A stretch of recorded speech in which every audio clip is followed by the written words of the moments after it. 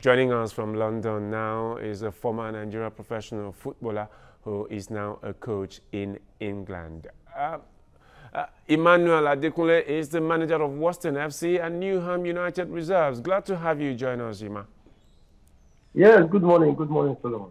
Now, even though France won the first semi-final, the game did not seem to have lived up to the billing of attacking teams. What was that? Why was that? Solomon, we are talking of the World Cup semi-final. We're not talking of a friendly or a league game. It's a World Cup semi-final. So you have to get your tactics right to get to the finals, and that's what both teams. That's how they set up. The coaches of France and the coach of Belgium. They set up their team the same way, and that is why the match was so rigid.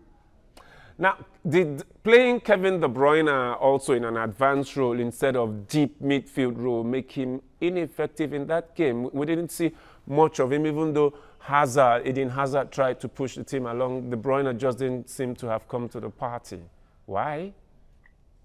Solomon, let us not take the fact away that it was a wonderful game of football, and they both coaches got it right. You know, they both came up with a 4-3-3 system, and they blocked the midfield. In the French side, it was N'Golo Kante, Pogba, and Matuidi. And in the other side is the Fellaini, the Dembele, and Witzel. So the midfield was packed, and to break through this midfield, because in football, you know, midfield is the engine room, and to break this midfield was so tough.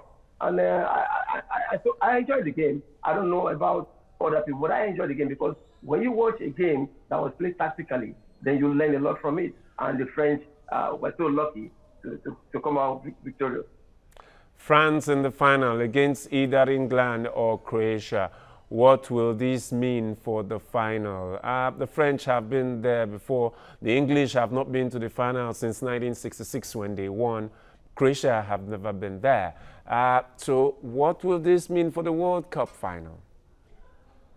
Hopefully, what we're hoping for in England is a French and the English final. That will make our day, you know. But you never know, because Croatia is a very good team. A very good team in the sense that they have the best midfielders in this present World Cup, in the likes of Rakitic and Matic with Kramaric. And on the side of England, they've been playing in a way that they haven't played football in a very long time. Because normally in England, you know the way English football is we call it kick and follow in Nigeria. But now they're playing the Brazilian way, they're playing the Croatian way. So and they've been getting results. And you know, they have some players that are very, very good. The likes of Harry Kane, he scored goals at ease. You have the only player that have got the surname of Sterling, the surname of Pounds in his name. That is Raheem Sterling. He is a very quick player, very wonderful player. They have Dele Alli, they have Lingard, they have Henderson. I think it's going to be a wonderful game of football today, and we hope that the English national team gets to the final and they can bring the cup home. Now, without their assistant manager, they just lost their assistant manager. He was sacked. The Croatians, will this have an impact on what the Croats will play tonight against England? Yeah, definitely, it's going to have an effect on them. Whenever a match is coming up, whenever you are in a tournament, whatever happens, you don't just sack your coach.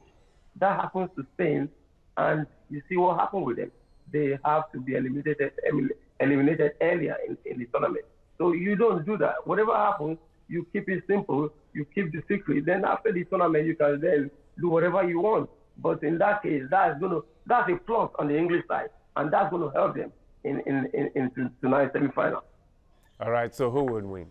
Well, I know where your hearts lie now. You hope that an England-France final will be ideal. Thank you so much, Emmanuel Adekunle. That's the manager of Western FC, who, by the way, will be celebrating their 14th anniversary in England this weekend. Well, that's all of sports.